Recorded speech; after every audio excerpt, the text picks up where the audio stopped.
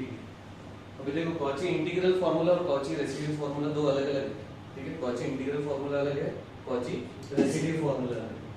अब Cauchy integral फार्मूले में कैसा आएगा, क्वेश्चन आएगा, क्वेश्चन इवैल्यूएट, सिर्फ इतना ही लिखा था, इवैल्यूएट और एक इंटीग्रेशन था, इंटीग्रेशन यहाँ सी लिखा हुआ था नीचे, मैंने क्वेश्चन में लिखा है यहाँ हल क्वेश्चन के नीचे है सी होगा, इसको हम बोलते हैं integration over the closed curve. ये ऐसा आया मतलब क्लोज्ड कर्व, ये साइन छोड़ दो, अपने को सिर्फ इंटीग्रेशन।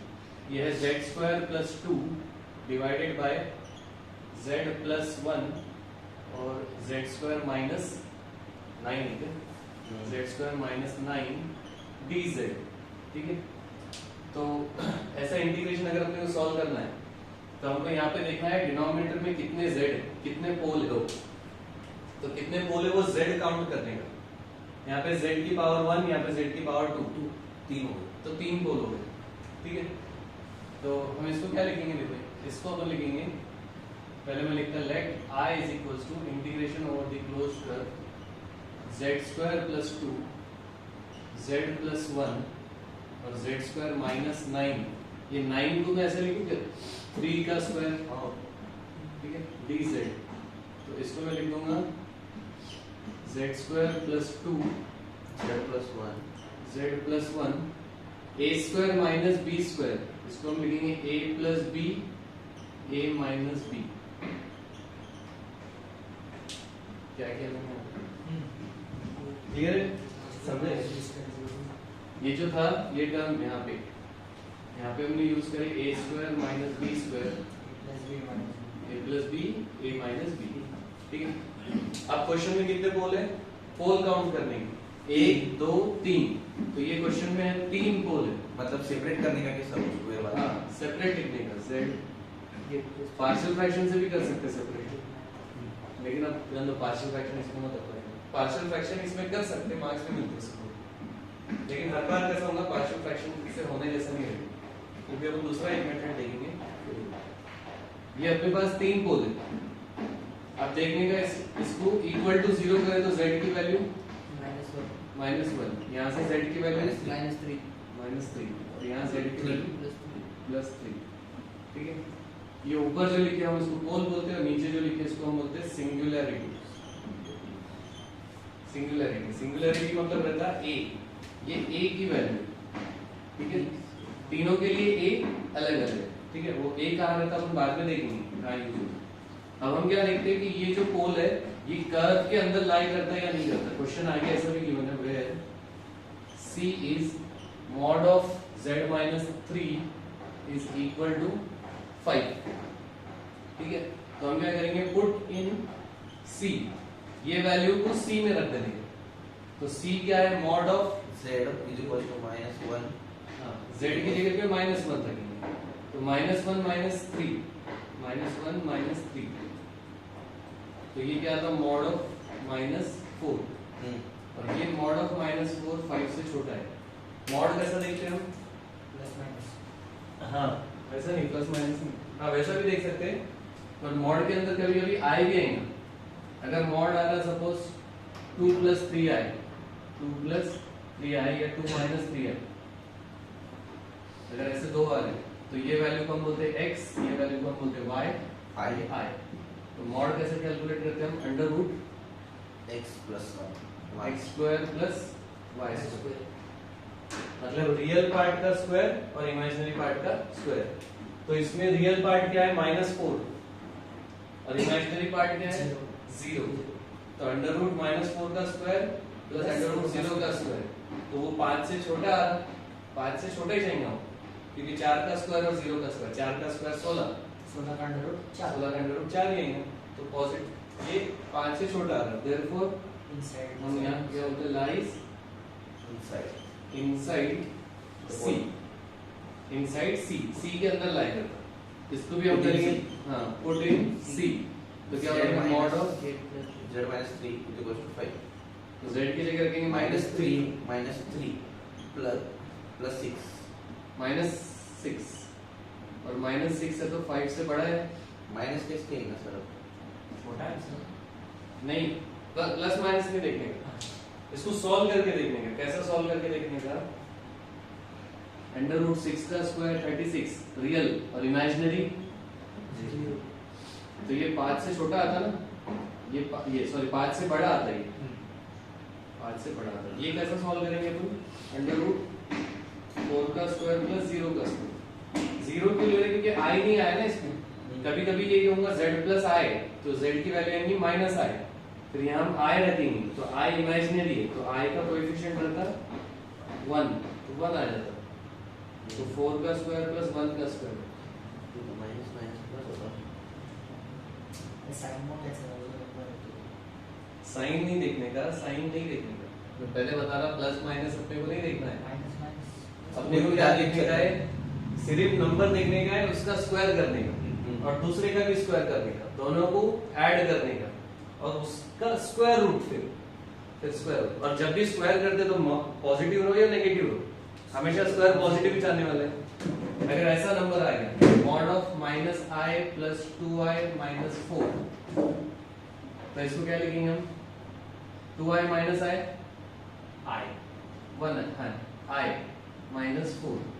अब इसको देखना है, अगर ये 3 है इधर इक्वल टू 3, तो अपने क्या करने का यहाँ पे? अंडर रूट रियल का स्क्वायर 16, इमेजिनरी पार्ट क्या है यहाँ पे? 1 का स्क्वायर 1, अंडर रूट 17 करो। 3 से बड़ा आता है कि छोटा आता? बड़ा है बड़ा है, तो under root 17 is greater than 3, तो आउटसाइड पॉइंट ठीक है। वैसे ही करना है, ये कहाँ है? आउटसाइड। अब वैसे ये चेक करना है, इसको पुट इन सी, तो मॉड ऑफ z क्या था? ये mod of z minus 3 equal to 5, z की जगह पे क्या रखेंगे? 3 माइनस 3 3 माइनस 3 0, तो ये तो 5 से छोटा ही है 0, तो लाइज इनसाइड, इनसाइड ठीक है। Therefore I जो अपना क्वेश्चन था वो हो जाएगा अभी इंटीग्रल z स्क्वायर ऑर्डर कर, हाँ तो अपना ये इंटीग्रेशन है ना सॉल्व करने का, तो ये तीनों को अपन सेपरेट करेंगे, एक ही लिखना है। कैसा लिखना है? पहले हम लिखेंगे z प्लस 1 और ये दोनों स्किप कर देंगे, ये दोनों स्किप करके कहाँ लिखना है? ऊपर z plus 3 z minus 3 dz, फिर प्लस एक और इंटीग्रेशन, पहला लिख लेते और दूसरा z प्लस 3 dz, और इसको लिखेंगे z square plus 2 z square plus 2, ये 1 और 3, हाँ z minus 3 z plus 1 z minus 3, फिर से प्लस एक और integration, integration over the close to C. अब ये तीसरा लेना है डिनोमिनेटर, क्या है ये? z माइनस 3 dz, और ऊपर z square plus 2 z plus 1 z plus 3 z plus 1 z plus 3। अब हम लिखेंगे by Cauchy integral formula, by Cauchy integral formula. अभी कॉची इंटीग्रल फॉर्मूला क्या है? कॉची इंटीग्रल फॉर्मूला ये है कि कोई भी अगर इंटीग्रेशन है ओवर द कर्व और ऊपर चाहे जो भी फंक्शन और न्यूमरेटर है, डिनोमिनेटर में सिर्फ क्या होना? z माइनस a dz, तो इसका आंसर आता है 2 पाई i f of z, z की जगह पे रखना है a। ये कॉची इंटीग्रल फॉर्मूला है फॉर सिंपल पोल। यहाँ पे पावर है 1, ये इसकी पावर क्या है? 1 है ना, 1 है, तो इसको हम बोलते हैं सिंपल पोल। सिंपल पोल। और हमारे तीनों भी जो थे ये तीनों भी सिंपल पोल थे, तो ये तीनों की जगह सिंपल पोल का फॉर्मूला लगेगा, ठीक है। तो i is equal to, i मतलब जो क्वेश्चन था हमारा इंटीग्रेशन में, यहाँ से i इज इक्वल टू, पहले ये वाला देखेंगे, तो ये इसका आंसर क्या आएगा?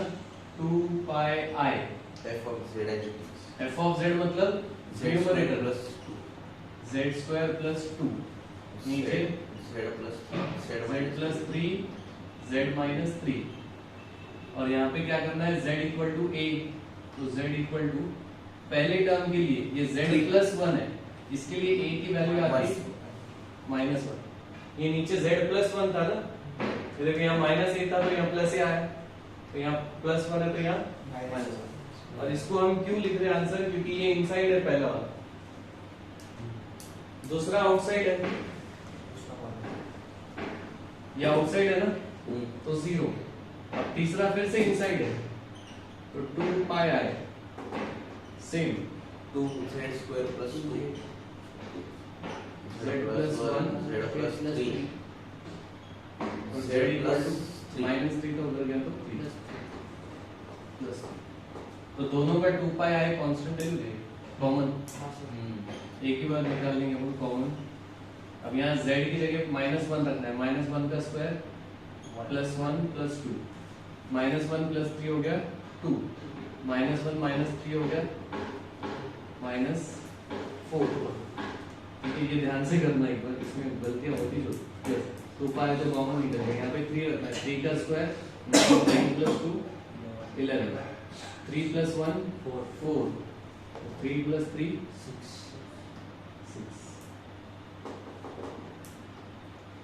2 पाई आए, ये 1 + 2 3 हो गया, 2 × 4 8 हो गया, तो ये 3/8 माइनस प्लस 11/26 क्रॉस मल्टीप्लाई सीधा कैलकुलेटर पे करो इसको। आई तो रहना दे दो आई की वैल्यू आई का ब्रैकेट में लगा दिए। ये वाला ये सिर्फ अंदर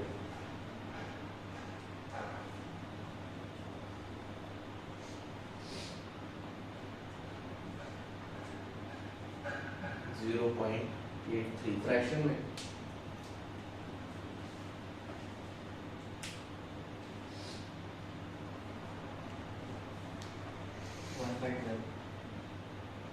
पक्का 1/12 सही में कैलकुलेटर -3/8 + 11/14, तो इसको क्या करेंगे, ये मोड दबाना, तो मोड दबा के 1/12 ముందు లామొచ్చింది 2 पाई आए, ये क्या आ रहा 1/12 और 2 कैंसिल होगा, पाई आए बाय 6 अपना आंसर।